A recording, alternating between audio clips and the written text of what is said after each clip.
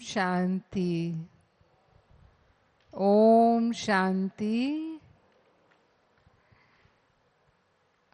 आध्यात्म जगत की शिरोमणि, नारी शक्ति की गौरव, समस्त विश्व में आध्यात्मिक क्रांति की जनक हमारी अति प्यारी, अति आदरणीय, परम श्रद्धेय दादी जानकी जी के 5वें स्मृति दिवस को हम मना रहे हैं, जिसे हम वैश्विक आध्यात्मिक जागृति दिवस के रूप में मनाते हैं।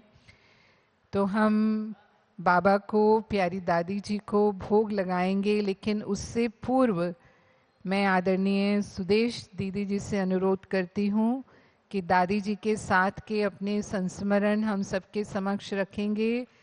आप लगभग 40 वर्षों तक विदेश सेवाओं में, लंदन में दादी जी के साथ सेवाओं में उपस्थित रहे। वर्तमान में आप ज्ञान सरोवर के डायरेक्टर हैं और साथ साथ विदेश सेवाएं, खास जर्मनी और संबंधित सेवा केंद्रों के भी आप डायरेक्टर हैं। आदरणीय सुदेश दीदी जी।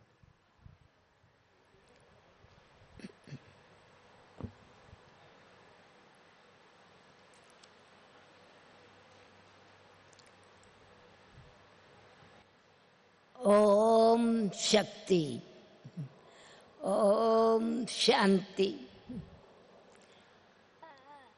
ओम शांति दादी जी का मंत्र, शिव शक्ति का मंत्र, क्योंकि आधार ही है आत्मिक स्थिति। तो दादी जी की पुण्यतिथि पर उन पुण्य आत्मा के एक एक गुण को अगर वर्णन करें तो जैसे मणके के साथ मणका, माला के एक के पीछे दूसरे पर हाथ जरूर जाएगा। तो दादी की एक एक विशेषता में दूसरी विशेषता जुड़ी हुई होती थी। एक गुण में दूसरा गुण समाया होता था, दूसरे में तीसरा गुण समाया होता था। तो इस सर्वगुणों की लिस्ट में जैसे श्री कृष्ण की महिमा है, सर्वगुण संपन्न, 16 कला संपूर्ण, संपूर्ण निर्विकारी, डबल अहिंसक, स्वराज अधिकारी। वास्तव में जो श्री कृष्ण की महिमा है वो ओरिजिनल तो बाबा ब्रह्मा बाबा की महिमा है। और ब्रह्मा बाबा के साथ दादी जी के जो अनुभव हैं वो समय समय प्रति दादी जानकी ने जो भी सब भी सुनाए। तो सबसे बड़ी बात, बाबा अव्यक्त हो गए, परंतु अव्यक्त को व्यक्त रूप में लाना। निराकार बाबा का तो अपने समय पर अपने आप आना, परंतु बाबा अव्यक्त हो गए और उनको व्यक्त में ले आना, निराकार अव्यक्त को साकार बना के दिखाना। ये दादी जानकी का ब्रह्मा बाबा के लिए जो एक जिगरी प्यार, संबंध का सुख, ज्ञान की गहराई, सेवा की भावना, वो दादी के जीवन चरित्र से बाबा के चरित्र का दर्शन होता था। और आज आप देखते हैं कि प्रैक्टिकल में हर एक ब्राह्मण के घर में, गीता पाठशाला हो या ब्राह्मण का घर हो, साकार बाबा के समय साकार बाबा का चित्र नहीं था। साकार बाबा का चित्र सिर्फ एक बाबा के अव्यक्त होने के बाद मधुबन में ही बाबा के कमरे में था, बाबा की यादगार। परंतु दादी जब विदेश जा रही थी तो दादी का क्योंकि स्वाभाविक रीति से सवेरे गुड मॉर्निंग करना, बाबा से आके मुलाकात करना और सारे दिन का जो कार्य करने का है वो बाबा से ही प्रेरणा लेकर के जाना, अथवा मन की बात बाबा का मन का प्लान, अपने मन का प्लान बाबा को बता के बाबा से अप्रूवल लेना, ये दादी का स्वाभाविक संस्कार था। जैसे साकार में दादी को कुछ भी बात करनी होती थी बाबा के कमरे में डायरेक्ट साकार बाबा से जाके बात करती थी, ऐसे ही फिर जब बाबा व्यक्त हुए तो दादी बाबा के कमरे में ऐसे ही बात करती थी जैसे सन्मुख बात कर रही है।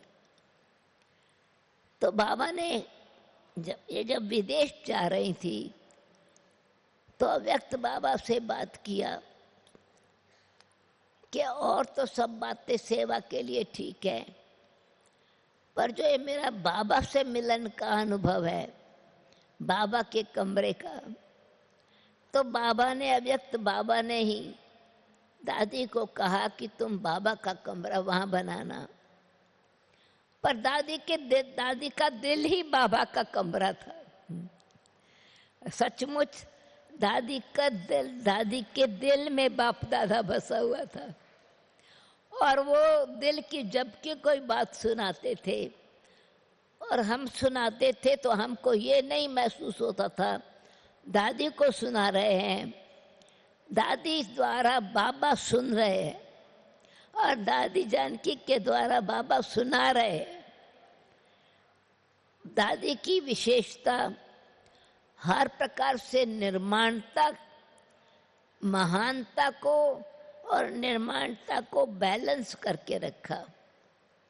और जब लंदन में गई तो भी बेशक विदेश में साकार चित्र को इतना कोई महत्व नहीं दिया जाता, कोई गुरु रूप को, पर दादी के दिल में जो बाबा के प्रति प्रेम था तो वो प्रैक्टिकल में, ये जो मैं बताती हूँ कि भगवान सर्वव्यापी नहीं बोलते हम, पर शिव बाबा ब्रह्मा तन द्वारा सब जगह कैसे व्यापक हुए, ये दादी के प्यार की कहानी बताती हूँ। दादी ने वहाँ पर बाबा का कमरा बनाया और उस कमरे में ही, जैसे यहाँ का कमरा पावरफुल है ऐसे लंदन का कमरा भी इतना ही पावरफुल। और जब भी कोई प्रोग्राम शुरू हुआ, 18 जनवरी का प्रोग्राम शुरू हुआ, तो छोटा ही चित्र था बाबा का, बहुत छोटा सा चित्र अखबार में छपाया था। वो बाबा की भावना, दादी की भावना थी कि निराकार को पहचानने के लिए साकार को पहचानना जरूरी, बिना तो निराकार प्रत्यक्ष होता ही नहीं है। इसलिए साकार में जितना साकार स्वरूप को पहचानेंगे और सचमुच ये भावना की बात, निश्चय की बात, हृदय की लगन की बात बाबा को प्रत्यक्ष करने की, तो फिर बाबा भी जितना दादी की भावना थी उस भावना को कामना रूप में पूर्ण करने के लिए, जैसे मंदिर में ये तो हमने सुना कि भाई मंदिर की मूर्ति के सामने अगर मन की भावना रखते हैं तो मूर्ति द्वारा पूरी होती है, परंतु दादी ने प्रत्यक्ष रूप में बाबा के चित्र से बाबा का चरित्र प्रकट किया। तो जब अखबार में वो छपा तो बाबा की लाइट और बाबा की माइट एक छोटे से बाबा के चित्र से प्रकट, ऐसा लोगों को साक्षात्कार हुआ और बाबा भी स्वप्न में कहें अथवा प्रैक्टिकल में अपना अनुभव करा के बिल्कुल ऐसे ही साकार में प्रेजेंट होते थे। तो जब दादी ने फिर बाबा के चित्र छपवाए बड़े और दिल्ली में मेला लगा था लाल किले पर, उस समय सबको वो बाबा का चित्र बांटा। और जब ज्ञान सरोवर बना तो हर एक कमरे में साकार बाबा का चित्र रहा। और दादी ने हमेशा प्रेरणा दी कि अगर सेंटर हो या चाहे घर हो, बाबा का कमरा ज़रूर होना चाहिए। और दादी तो हमेशा बड़े प्यार से, ये नहीं कि प्रोग्राम मिले तो मैं किसी के घर में जाऊं, परंतु कोई भी स्टूडेंट्स बाबा के बच्चे सच्चे बच्चे बनते थे तो दादी उनके घर में जाती थी। और अगर कमरा छोटा है तो बिल्कुल सीधा कह दी थी, अपने लिए बड़ा कमरा रखा है, बाबा के लिए छोटा कमरा रखा है। बाबा के मतलब मेरा कहने का मतलब साकार की भावना इतनी साकार रूप में थी। तो आज आप देखेंगे हर जगह वो बाबा का साकार चित्र, क्योंकि दादी के अंदर बाबा के संस्कार, सादगी का संस्कार, स्नेह का संस्कार, रेस्पेक्ट देने का संस्कार, सबको स्वीकार करने का संस्कार और बाबा का संदेश हर जगह पहुंचे। बाबा सबके दिल वाला मंदिर बन जावे सबका दिल। तो दादी की जो भावना, जब कहानी सुनाती थी बाबा की, तो ऐसे लगता था हम लोग कराची में पहुंच गए हैं। साकार मिलन तो हमारा मधुबन में भी हुआ है।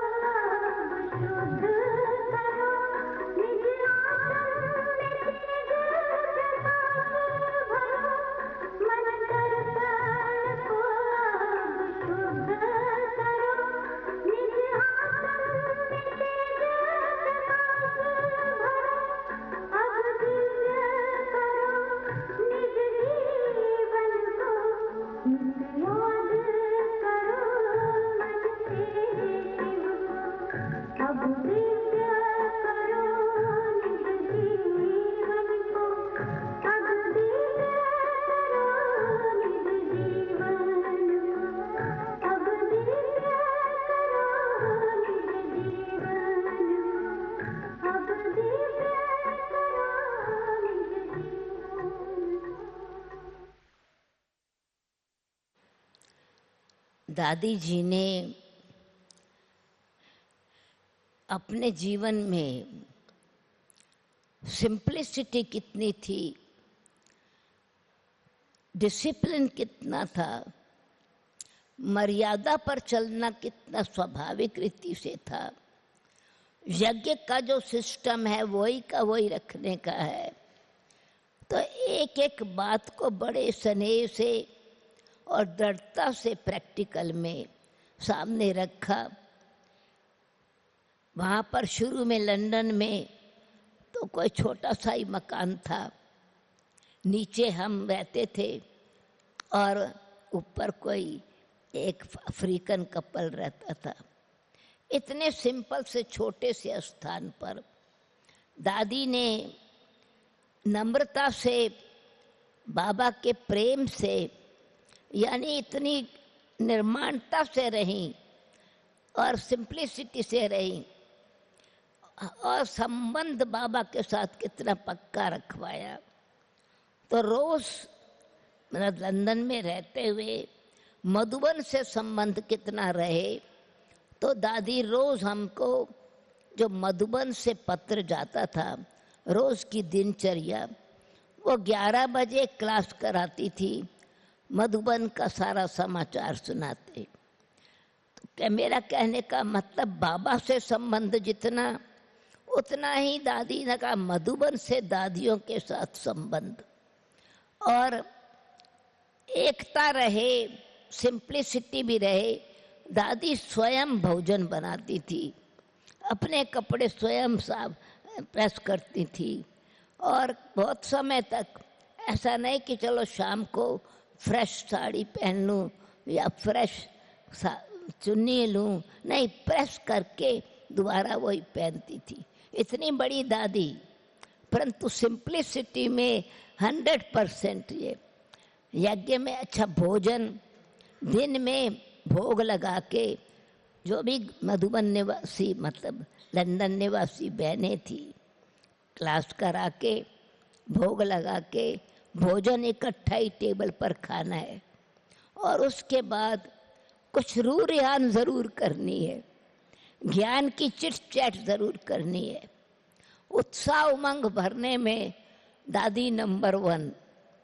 मुझे याद है कि वहाँ पर spiritual association at Great Britain, वहाँ की एक संस्था थी आध्यात्मिक, वहाँ पर हर महीने में प्रोग्राम होता था और जयंती बहन वहाँ पर प्रवचन करती थी, दादी जी साथ में जाती थी। और रास्ते में वास्तव में उस टॉपिक पर क्या विचार चलना चाहिए, कहा कि मैं भाषण तो नहीं करूँगी, परंतु जो मेरे मन की भावना है वो भी पहुँचे। तो कार में भी अपने मन की भावना को ऐसा शेयर करती थी जैसे कि पहले से ही वो वातावरण बना के वहाँ जाओ। तो एक बारी जयंती बहन वहाँ नहीं थी, वो अमेरिका गई थी। तो फिर वो प्रोग्राम तो छपा हुआ था, बना हुआ था। तो दादी ने मुझे कहा कि आप भाषण करो। मैंने कहा दीदी दादी मेरे को इंग्लिश बोलने की प्रैक्टिस नहीं है, इंडिया से जाते हैं तो इंग्लिश बोलने का तो प्रैक्टिस थी नहीं, यहाँ भारत में तो हमेशा हिंदी बोलते हैं। और फिर उन लोगों की भाषा को समझना वो एक दूसरा टेस्ट था। पर दादी का इतना पावरफुल मतलब जो भावना थी, तो मेरे को कहा कि नहीं आपको ही करना है। तो मैंने कहा कि दादी, एक दूसरी बहन इंग्लिश बहन थी, कुछ समय से ज्ञान में आती थी, तो मैंने कहा कि वो भाषण करेंगी, वो तो इंग्लिश का भाषण है, इंग्लिश में करे। तो दादी ने मुझे फौरन इतनी पावरफुल दृष्टि दी, रियलाइज कराया और कहा कि भाषा की बात है या भावना और वाइब्रेशंस की बात है। जो भी तुम बोलोगी उसमें बाबा के वाइब्रेशंस से बोलोगी, तो आप नहीं बोलोगी, बाबा बोलेगा आपसे। आप ये भाषा को क्यों सामने रख रही हो? आप बाबा को सामने रख करके बाबा ने जो बताया वो बताओ। तो हिम्मत दिलाई, मतलब ऐसे ही हमेशा इतनी निर्माणता से हम लोग कोर्स कराते थे। दादी रोज शाम को फिर जैसे वर्कशॉप कराई जाती है ना, तो ऐसे खुद आकर के बैठ करके जैसे पॉइंट्स को रिपीट कराना, रिवाइज कराना, यानी कोई बड़ापन की बात नहीं, परंतु हर एक आत्मा की पालना कैसे करनी है वो दादी ने सिखाया। तो सचमुच दादी का नाम जानकी, मतलब जान भरने वाली, अज्ञानी को भी ज्ञान इतना सुंदर तरीके से देना, हर एक को स्वीकार करना, सत्कार से उनकी पालना करना, और कभी भी कोई बात किसी की मानो किसी ने कोई कंप्लेंट की या कोई बात की तो दादी कभी रिपीट नहीं करती थी और ना वातावरण में फैलाती थी। कभी भी समझो मानो कोई बात हो जाती है तो वातावरण में वो नहीं आवे, दादी वातावरण ही बदल देती थी। किसी ने एक ने कमी सुनाई, दादी 10 उनकी विशेषता सुना के उनकी वृत्ति को बदल देती थी। तो ये वृत्ति दूसरे की बदल देना, दृष्टि बदल देना, भावना बदल देना, रिस्पेक्ट बिठा देना, ये दादी के हृदय की शुद्धि। जितना हृदय शुद्ध बाबा का, ऐसे ही दादी बहुत रिस्पेक्ट और भावना से अपने अंदर जो भावना भरी होती थी दूसरों के प्रति भी भावना भर देती थी। और ये लक्ष्य रहता था कि जैसे जिसने एक बार की बात है कि अमेरिका में प्रोग्राम था तो उसमें था विजन ऑफ एंजल्स।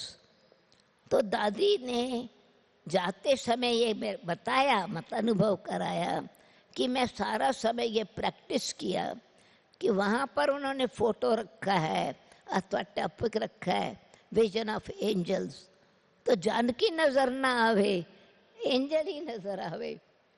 तो मेरा कहने का मतलब इनकॉग्निटो प्रैक्टिस, जो सामने कोई एक्सपेक्ट कर रहे हैं वो प्रैक्टिकल में बाबा को साथ लेकर के उसी प्रकार का दर्शन, ट्रैवल करना उनके लिए तो खेल की बात थी। कभी भी अमृत वेला मिस नहीं किया और हमेशा शाम को 4 बजे योग जरूर करती थी, कुछ भी हो जावे, ये एक पक्का नियम था। यहाँ पर इंद्रप्रस्थ में भी जब दिल मधुबन में आती थी तो भी 4 बजे योग करना ही है। शाम का योग कभी 7 बजे वाला योग मिस नहीं किया। तो जितना ज्ञान का के लिए प्यार उतना ही योग के लिए, और वो योग का इतना पावरफुल एटमॉस्फेयर बनाया जो लंदन में सुबह की क्लास में भी अमृत वेले भी उतना ही बड़ा क्लास हो जाता था जैसे मुरली सुनने वालों का क्लास। और दूसरा नियम पक्का रखा कि चाहे भोजन बनाने वाले 200 का भोजन बनावे या 500 का भोजन बनावे, अमृत में क्लास मिस नहीं करना है। एक रिकॉर्ड है कि भोजन बनाने वालों ने कभी भी मुरली मिस नहीं की। ये थी दादी की भावना कि सेवा भी हो, स्टडी भी साथ साथ हो और आपस में एक दो को स्नेह और सहयोग भी देवे। तो जितना मतलब मेरा कहने का मतलब इतनी सिंपल रीति से नियम और मर्यादाएं स्नेह से सिखाई और बताई, जीवन बनाया। जिनके अंदर उत्साह उमंग नहीं था उनके अंदर उत्साह उमंग भरा, और अपने नाम का भी नशा था कि बाबा मुझे जनक कहते थे तो ट्रस्टी होकर के रहना है। तो ट्रस्टीपन क्या होता है, स्वयं भी ट्रस्टी बन के रही, सब में ट्रस्ट रखा। यानी यज्ञ के प्रति तो ट्रस्टी बात अलग है, परंतु उनके हृदय की भावना में हर एक आत्मा के लिए इतना ट्रस्ट होता था। तो जिनके पास अपना आत्मविश्वास नहीं था, हिम्मत नहीं थी, विशेषता नहीं थी, वो दादी ने उत्साह दिला के उनमें विशेषता भरी और नए स्थान पर कहाँ पर भी जा कर के ऐसा पवित्रता की बल से और शुभ भावना के बल से बीज बोए जो आज उसका फल विदेश में हम देख रहे हैं। यज्ञ से भी पूरा कनेक्शन, दादियों से भी पूरा कनेक्शन। दादी को शौक होता था, बड़ी बड़ी दादियाँ सब इकट्ठी आए तो कई बारी दादी जी को ऐसे ही कहती थी, दादी जी सब बहनों को बुलाए ना तो मिल कर के थोड़ा रू रियान करें। दीदी के साथ उनकी फ्रेंडशिप थी इतनी गहरी, जो रू रियान कर मतलब रू रिहान उनकी जान थी, और उसी रू रिहान से उन्होंने दूसरों के अंदर आध्यात्मिकता भरी। हिम्मत भी थी, निर्भयता भी थी, सत्यता भी थी, सभ्यता भी थी। कभी कोई रफ चलन कभी भी बोला हो, कोई कभी मुख से ऐसा वचन नहीं बोला जिसमें समझो वो कुछ कड़वाहट दिखाई पड़े या रिएक्शन दिखाई पड़े। भावना से और सत्कार से सबको स्वीकार भी किया और सबको प्यार भी दिया और सबको दिव्य गुणों के अपने जीवन से अनेकों का जीवन बनाया। दादी की बातें तो बहुत है, पर सार में तो अभी इतना ही कहूँगी कि भूल नहीं सकते, क्योंकि जो बीज लगाया, जो वृक्ष लगाया, आज 130 देशों में वो फल रहा है। क्योंकि दादी स्वयं जा कर के कुछ भी हो हर स्थान पर, छोटे बड़े सब स्थान पर जाती थी। एक दो को नहीं, भाई मुझे निमंत्रण देवे तो मैं जाऊं, ये भावना नहीं होती थी। मालिक की तरह मुझे जाकर के सींचना है फूलों को, तो अपनी भावना से, अपनी इच्छा से उनको प्रोग्राम देती थी, मैं आ रही हूँ। और जयंती बहन के साथ फिर हमेशा ऐसा ही जो बाबा का कार्य किया, आज उसका प्रत्यक्ष स्वरूप हम देख रहे हैं।